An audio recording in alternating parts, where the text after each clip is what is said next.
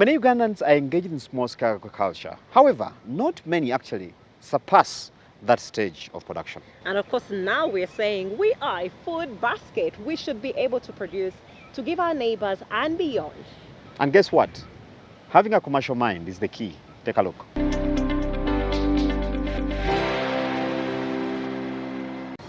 I'm called Quach Grace. I'm a commercial farmer and also doing other business. Mainly, I'm focusing on the farm, which is called Polar Mixed Farm. It's located in Nebi district, within Nebi sub-county. Polar Farm started way back in 2012, when I was still working in a bank. I used to leave the bank during my office and travel up to Nebi to try to do some bit of farming.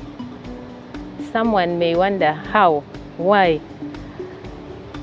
Even when I was at the bank, already I had the will to do farming. One, the way I was brought up, my parents engaged in, basically subsistence farming. But I saw the benefit that we got out of farming because it was supplementing my dad's salary. My father was a civil servant, to actually pay our school fees. So in 2014, I relocated from Kampala to Nebi actually, and settled within the farm. We planted some trees and also some fruit trees, but not on large scales.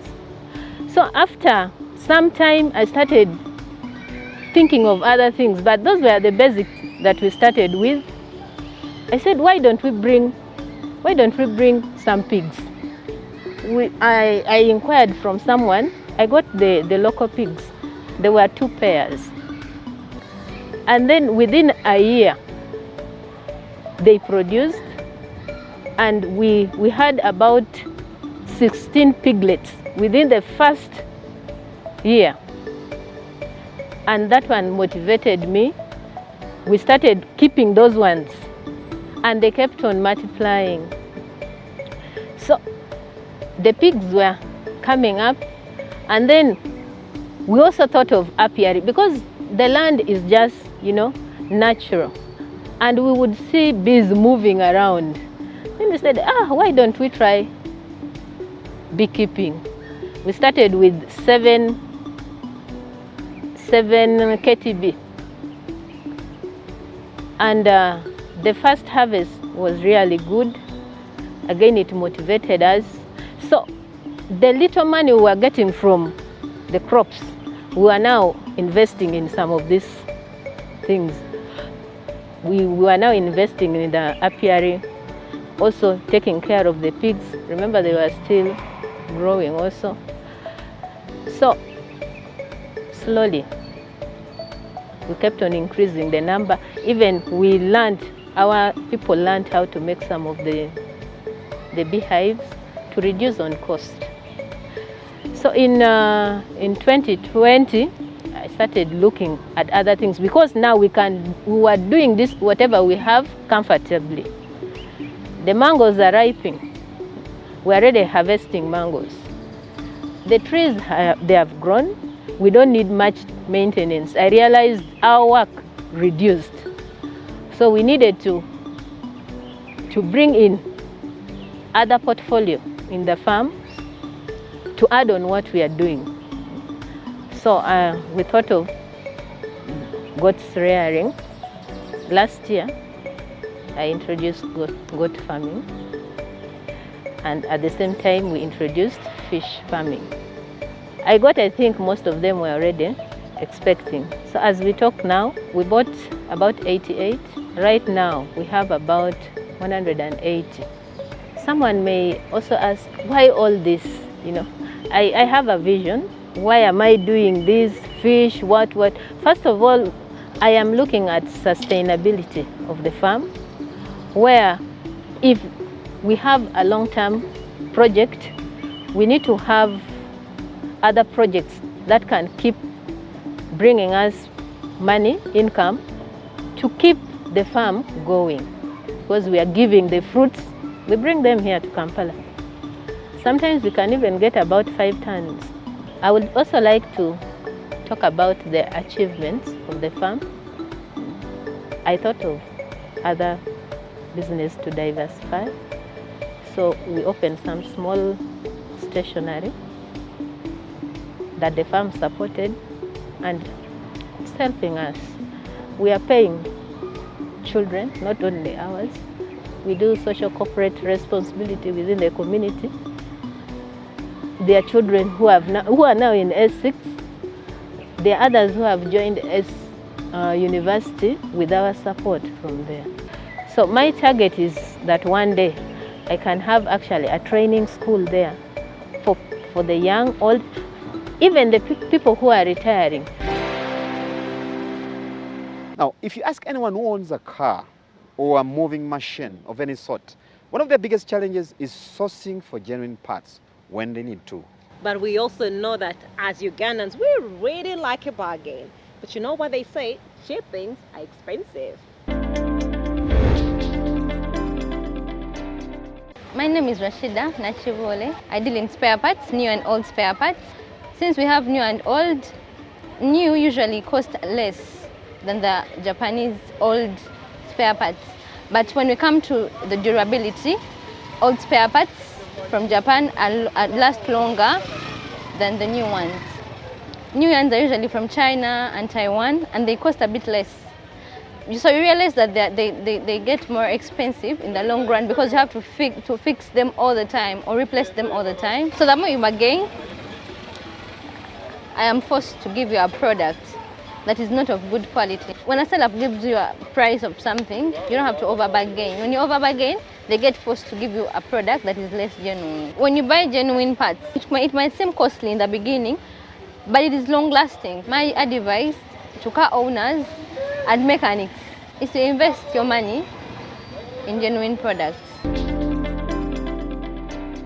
Now, as we all migrated into the digital spaces, especially during the COVID-19 lockdown, there were those who were looking at the opportunity that this presents. Unfortunately, Shamim, these are not well-intentioned people. But also within ourselves, we see that there's still a need for us to understand the elements of data security and how we can be secure while using the cyberspace. I just want us to have a simple sneak peek into the cybersecurity ecosystem of Uganda and the business landscape in relation to that ecosystem. Firstly, I would draw attention to the ramifications of the COVID-19 lockdown measures that impacted on the digital landscape in a whole. In general, there was a surge of a number of people joining these digital platforms in a bid to try to carry on business as usual. Remember, travel restrictions had been implemented, and the whole idea of avoiding the spread of the virus led a lot of people to, do that kind of exodus online. But this was without challenges. The African Cybersecurity Report has noted that about 43% increase in the connections were insecure connections, and particularly in Uganda, we had about 30% unsecured connections in the wake of, the 2021 lockdowns. And this situation has not gone down. It has actually just exacerbated as a result of the adoption of the way of life after the COVID-19 lockdown measures. So some of the biggest threat vectors we saw in that period was electronic fraud and online fraud. And the biggest of them was, of course, in the telecom industry and the banking industry. The telecom industry, it's because the first integrator onto online spaces usually for most businesses and most people is the telecom experience. You have a phone, you have a SIM card, you have a tablet, a laptop, you can just tether with your SIM card and be able to use the data that is on those platforms. So this kind of created that situation where there is a lot of online fraud that was taking place. But there are ways in which you can be able to guard yourself against online fraud. One of them is to become consciously aware that the online platform has fraudsters. There are various initiatives that have been taken by telecom companies, such as Airtel, to be able to inform the users of, these SIM cards of how to protect your one-time password, what is called the OTP. Don't share your OTP with any other individual, plus many other avenues that have really been used. But most of the criminals that are dealing in online fraud, especially with mobile money fraud, I always use social engineering techniques to be able to, defraud the victims. Someone gives you a phone call and pretends to have sent you some money, then you end up, releasing your passwords to them. And that has kind of proved to be a challenge for a while now. So some of the thoughts I could share with businesses in a bid to guard against cybersecurity threats. Number one is to appoint the data protection officers as required by the Data Protection and Privacy Act. It's very important and key to help you, comply with the laws, because these laws provide checklists which, if followed, can help you to safeguard against elements like unauthorized access, issues of insider threats, because they end up setting protocols on access, who is supposed to access which level of your system within a company. So when that person accesses without authorization, then you flag that off and investigate why such a kind of access was initiated. So if you have a data protection and privacy officer, it can be easy for you to follow through with some of those safe measures. But I also entreat businesses to undertake cybersecurity services from companies like Ad Security, as I mentioned.